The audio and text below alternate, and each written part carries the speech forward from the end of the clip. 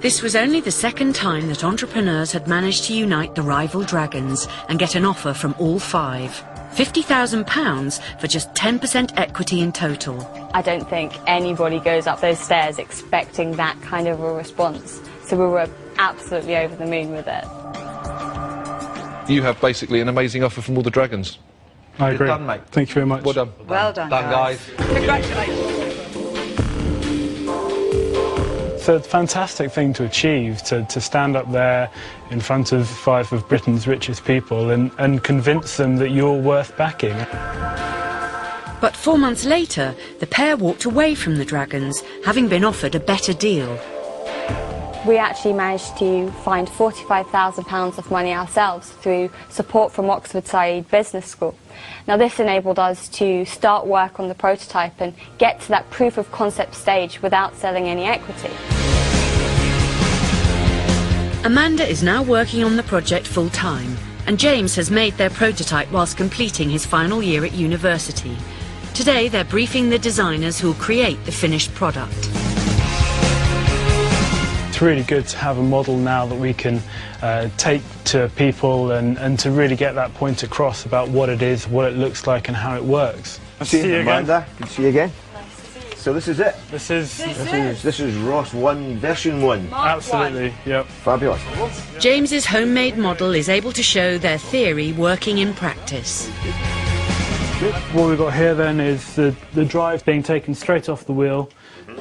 That's driving the pump. Basically, as I turn this, you'll see water's coming through this. I can see that coming through, yeah. We have now actually made an agreement with an NGO working in India to trial these units in their communities. And we've actually had negotiations with the United Nations and the World Health Organization. There, coming See through. the water coming through and it's, you can see it. Yeah. We've actually got 20,000 pre-orders already in the bag. So I think what we've managed to prove is that we can now move forward. Okay, so I'm now going to be able to drink this. You're going to be able to drink clear that, water. yep. Excellent. Cheers. Cheers. Lovely. Having been able to prove the concept, Amanda and James are now seeking new investment. They have requested another opportunity to pitch their business to dragons James Caan and Deborah Meaden.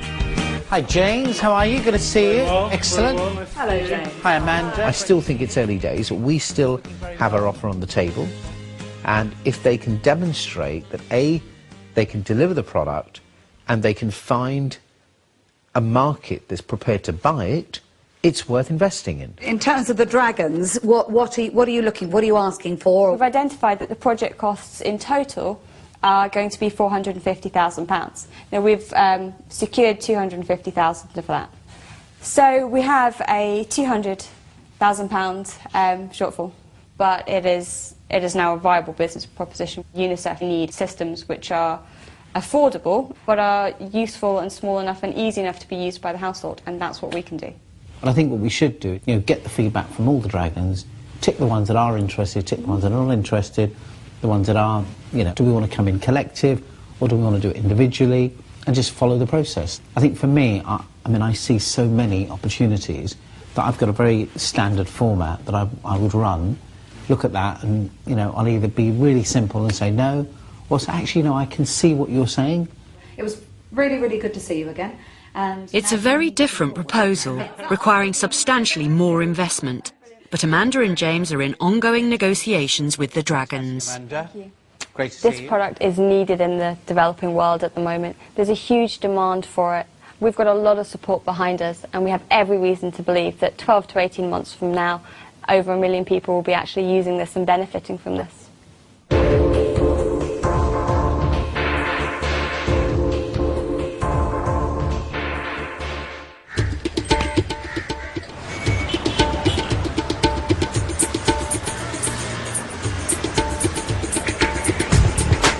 James Caan's investment portfolio is not just confined to the UK.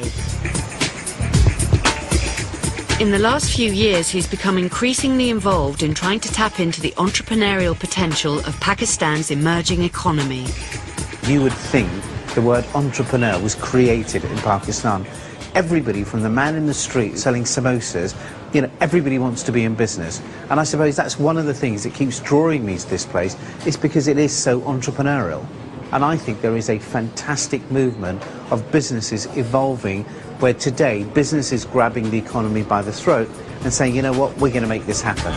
Having made his money in recruitment, James is now trying to emulate that success here in Lahore with a company run by his brother Adam. Hi, Az. Good to see you. Oh, wow. Oh, my God, look at this. And as you can see, things have slightly grown since you were last year. So how many we got now? The last time I was here, I think you had about 40. We're now approaching around 80 staff. And we target resources to achieve 2 placements per month. I built a business like this in England. I grew that business to a turnover of £380 million a year.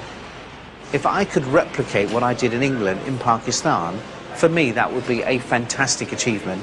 And do you know what? The money would be good too.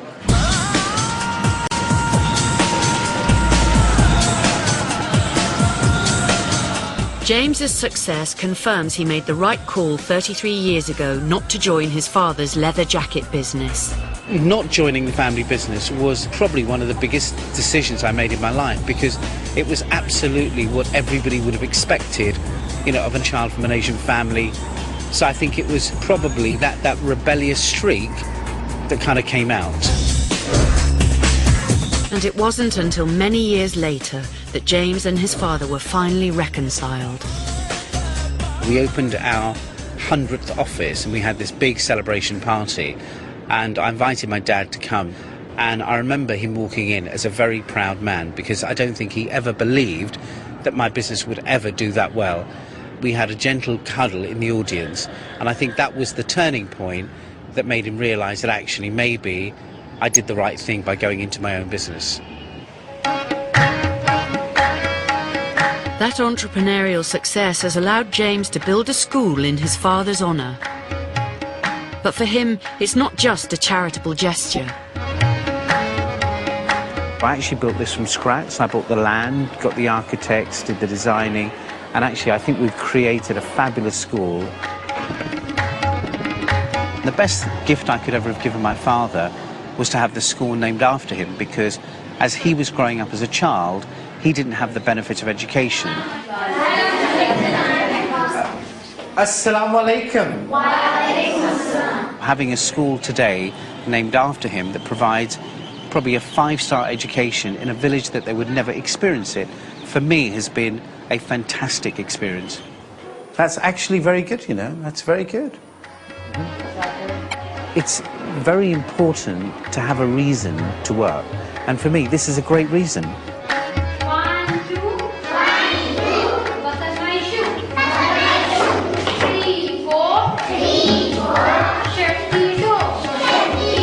There is a huge shortage of professional skills because there isn't the fundamental education system. By giving them this opportunity, I suppose you're securing their economic futures and guaranteeing them an opportunity to earn a decent wage. Excellent, well done. Very good. Every dragon has his or her little mannerisms, but in the den, James is renowned for one thing. James's signature habit in the den is stroking his beard. He has this habit where he strokes his beard. The only thing that's missing from his lab is a cat, so he can stroke the cat at the same time. He is, in fact, doing his Dr. Evil impersonation. You know, he'll stroke his beard, saying, James will speak in a moment. It's beginning to sound quite interesting. I think he's a very astute dragon. I think he is very thoughtful. I thought it was a very passionate pitch by you and your dad. I respect you for that, because obviously your dad wants to see you do well. I think he's very good at delivering gentle, bad news, breaking the news nicely. This is one of those situations where you just put your hand up and say, got this wrong. And the best advice I would give you, Raymond, is don't give up your day job. I don't have the personality that a Simon Cowell has. I don't have that. It's just not me. Oh my God, that's terrible. And one of the most important I suppose, issues for me is always to remember that I would like to treat people how I would like to be treated myself. I've been taught in business